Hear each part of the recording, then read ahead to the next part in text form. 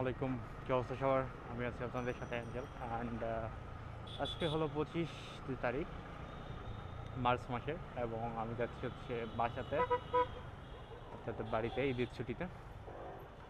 যাওয়ার প্ল্যান ছিল আরও পরে, অ্যারাউন্ড 28 তারিখে, বাট আগে চলে যাচ্ছি বিকজ ঢাকাতে কাজ তো সব শেষ অ্যান্ড আর কোনো কাজ নেই। তো ওই জন্য বের হয়ে গেলাম আজকে। এত পরিমাণ টেসলা ড্রাইভার এদিকে, টেসলা ড্রাইভারের তাতে মানে পথে চলাচল করার মতো কোনো অবস্থা নেই, এমন অবস্থা। এটা হলো গাবতলির এখনকার অবস্থা। গাবতলি দেখতেছেন এই সাইডটা পুরাটা জ্যাম, এই সাইডেও সেম অবস্থা ছিল এতক্ষণ পর্যন্ত। একটু বের হয়ে এসে একটু একটু ফাঁকা পাচ্ছি, যে সামনে আবার সেম অবস্থা। জানি না বাসায় যেতে যেতে কী অবস্থা হবে। আর এখন বাজে হচ্ছে 44। তো মেইন রোডে উঠলাম, ঢাকা থেকে বের হইতে হইতে 2 ঘন্টা লেগে গেল, যে পরিমাণ জ্যাম ছিল। আর মেইন রোডে, যেটা টাঙ্গাইলের রোডটা মেইন, সেটা দেখলে বুঝতে পারতেছেন মির্জাপুর ক্যাডেট কলেজ আমি পার হয়ে আসছি অলরেডি।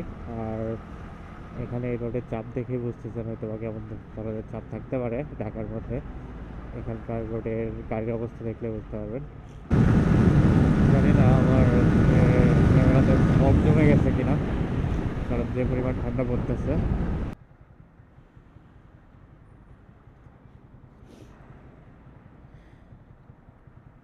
Thank you.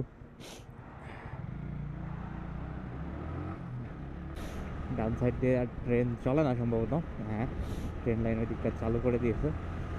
তো আমি আশা করি যে খুব দ্রুত ডান সাইডে লাইট লাগাই দেবে। বাসগুলো কী করতেছে এখানে?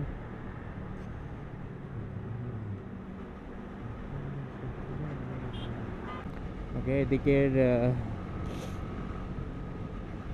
ওভারপাসেসগুলো খুলে দিছে, যার কারণে যাওয়াটা অনেকটাই সুবিধাজনক হয়ে গেছে এখন এদিক থেকে। পুরো একটা কুয়াশাতে ভরা, মনে হচ্ছে কোনো হরর ফিল্মের মধ্যে যাচ্ছি। রাস্তাটা এমন, কাছে কাছে ঘেরা, গাড়ি ঘোড়া আছে জন্য। আর ক্যামেরাতে কতটুকু আসবে আমি জানি না ঠিক।